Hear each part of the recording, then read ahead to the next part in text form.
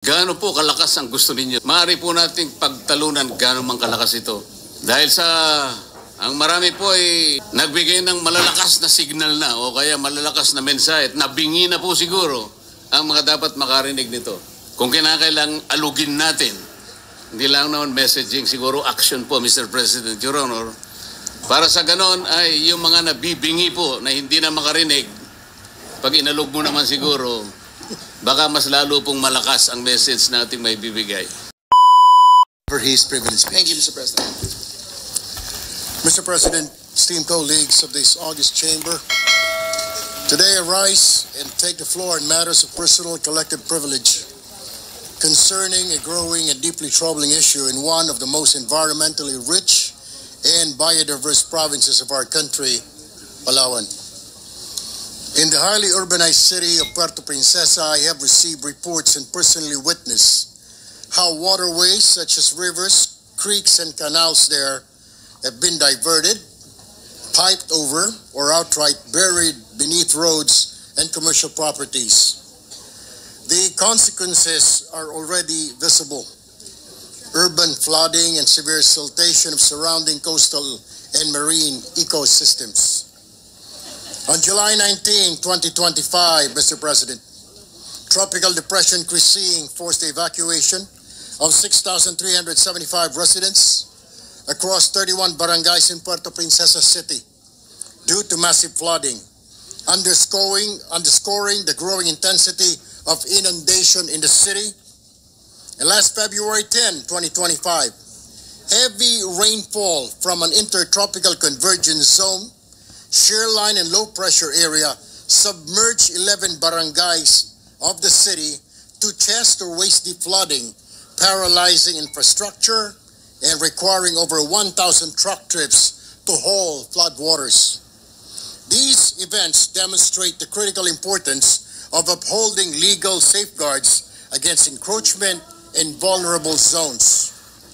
Article 51 of Presidential Decree number 1067, or the Water Code of the Philippines, expressly provides that the banks of rivers and streams and shores of the seas and lakes throughout the entire length and within a zone of 3 meters in urban areas, 20 meters in agricultural areas, and 40 meters in forested areas along their margins are subject to the easement of public use in the interest of recreation, navigation, floatage, fishing, and salvage.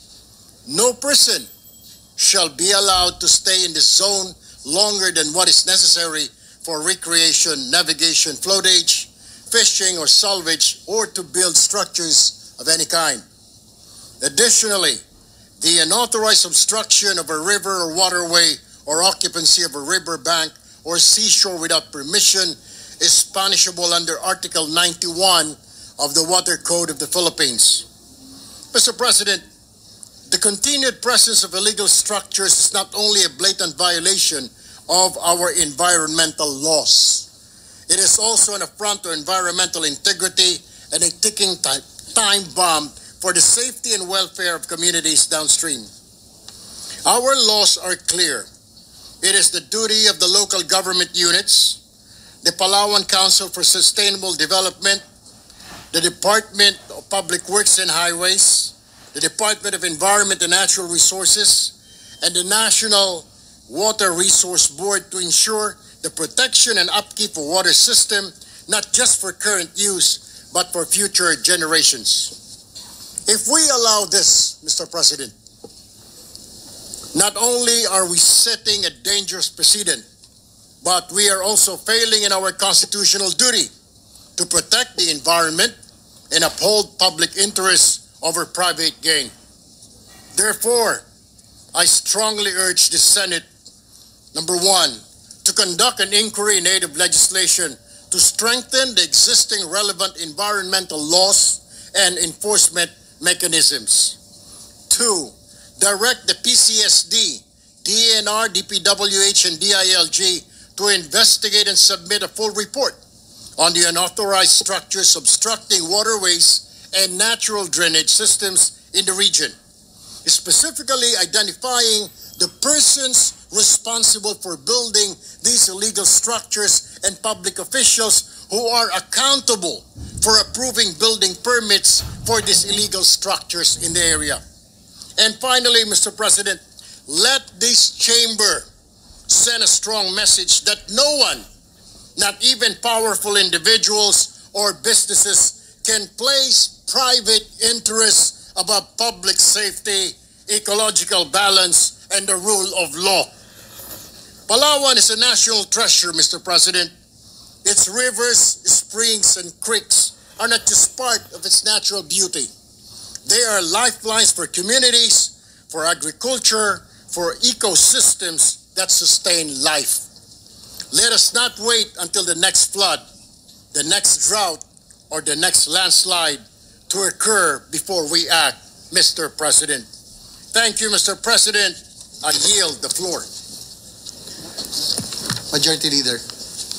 Yes, thank you, Mr. President. Before this representation refer the speech of the good gentleman from Davao, may I just put into the records that we support the call of Senator Erwin Tulfo to look into this, and that indeed, Mr. President, this is a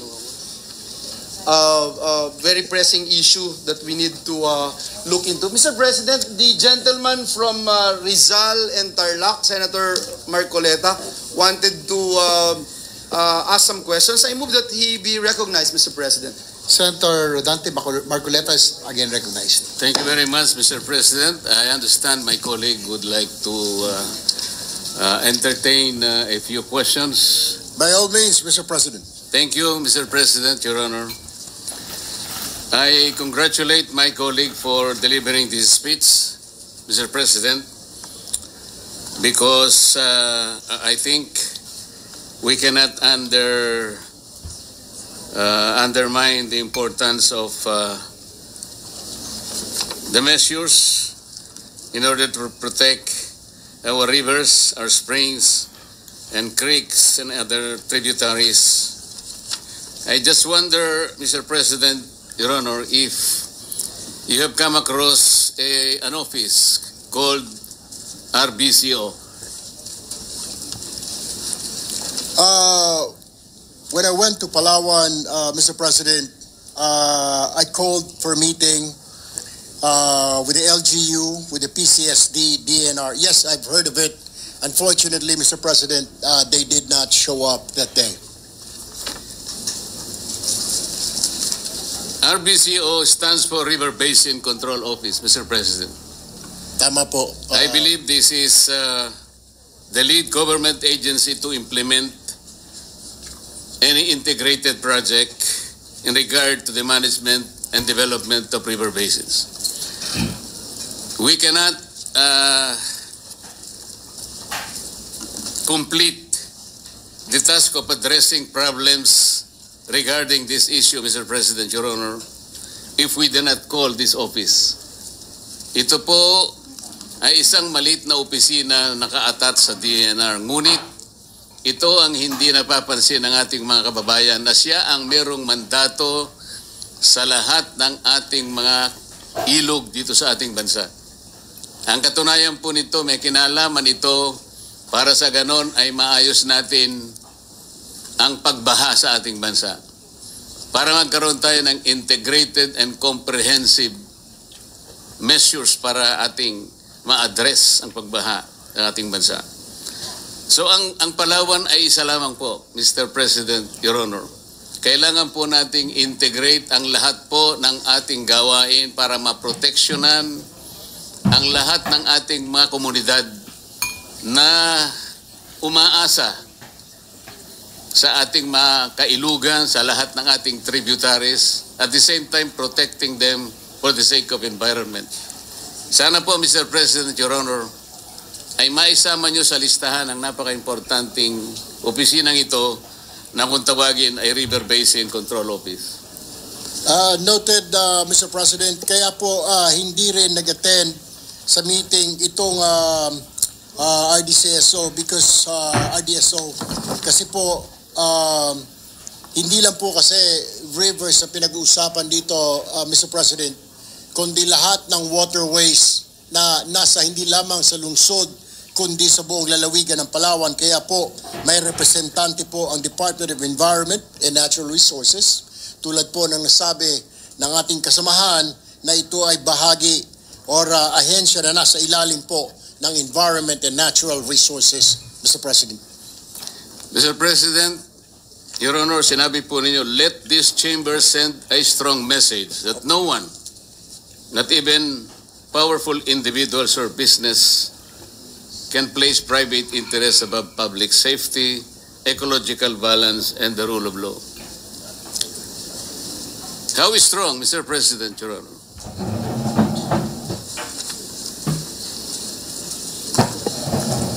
Kaya nga po, Mr. President, tama po yun. Ito pong mga nangyaring disasters, maliwanag po na may mga violations po sa buong Palawan, particular na po sa lungsod ng Puerto Princesa, ay hindi lamang po apektado ang naturang lalawigan at lungsod, kundi ang buong bansa. Ang problemang ito ay ipinarating sa aking tanggapan ng mga residente ng Puerto Princesa, and there is an urgency. Ang problema po, hindi lang po sa Palawan nangyayari ito ngayon, kundi sa iba't ibang lugar ng ating bayan. Maging sa Metro Manila, ang pagtatayo ng mga struktura sa mga ilog, dito po sa Metro Manila at iba pang bayan. Kaya nga po ang mensahe, it does not matter kung sino po yan, kailangan po natin ng strict enforcement of the law, kailangan po maimbestigahan ito, Mr. President, kailangan pong magsagawa tayo ng isang hearing para magkalinawan po tayo at may mensahe tayo at imbitahan ang mga opisyal o ahensya na namamahala patungkol dito para maiparating natin na ang pagtatayo po ng mga struktura, ng mga building, ang paglalagay ng mga harang sa mga waterways ay illegal at hindi natin po papayagan dahil yan po ay labag sa batas. Mr. President, ako po ay kaisa ninyo sa paglikha ng isang strong message. Kaya ako po tinatanong, gaano po kalakas ang gusto ninyo sapagkat maaari po nating pagtalunan gaano mang kalakas ito. Dahil sa ang marami po ay nagbigay ng malalakas na signal na o kaya malalakas na mensahe at nabingi na po siguro ang mga dapat makarinig nito. Kung kinakailang alugin natin, hindi lang naman messaging, siguro action po, Mr. President, Your Honor. Para sa ganon ay yung mga nabibingi po na hindi na makarinig, pag inalog mo naman siguro, baka mas lalo pong malakas ang message natin may bibigay. Salamat po, Mr. President. Salamat po, Your Honor. Majority Leader. Mr. President, the gentleman from Nueva Ecija and Camarines Norte, Senator Robin Hood Padilla, is also seeking the floor. I move that he be recognized, Mr. President. Yes, before I recognize Senator Robin Hood Padilla, Senator Erwin Tulfo wants to be recognized as the gentleman from Palawan. Senator Robin Hood Padilla, Mr. President, thank you. is recognized. Maraming salamat po, Ginoong Tagapangulo at sa ating pinunong Mayurya. Happy birthday. Kung mamarapatin po ng aking pinsan, Senator Erwin Tulfo, kung maaari lang po ako makapagtanong. Opo, by all means. Senator, totoo po ba na dyan po sa Palawan, karamihan ng apektado po dyan sa inyong talumpati ay mga katutubo? Meron po bang mga katutubo na tinamaan dito sa sinasabi niyo po? Sa aking pong pag-iimbestiga, tayo po ay nagtungo doon 2 linggo na nakakaraan. Ang pagbaha po ay nangyari lamang sa kalunsuran. Wala naman po sa kabundukan at maraming salamat sa Panginoong Diyos at kay Allah na wala pong tinamaan na mga katutubo. Opo.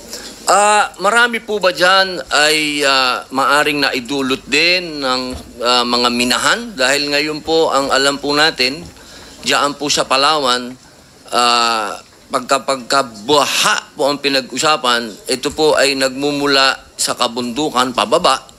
At meron daw pong kinalaman. Totoo po ba ito na meron daw pong kinalaman ang mga minahan?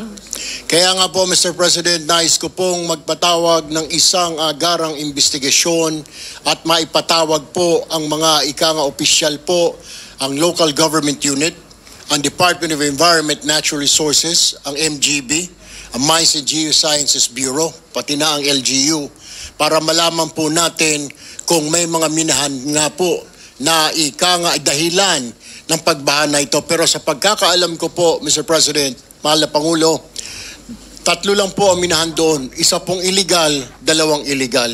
Kailangan pong ipasara yung 2 illegal, mahal na Pangulo. Yun po. Meron po kasi tayong mga sinagawang investigasyon dahil tayo po ang namumuno na ang komite patungkol po sa indigenous communities.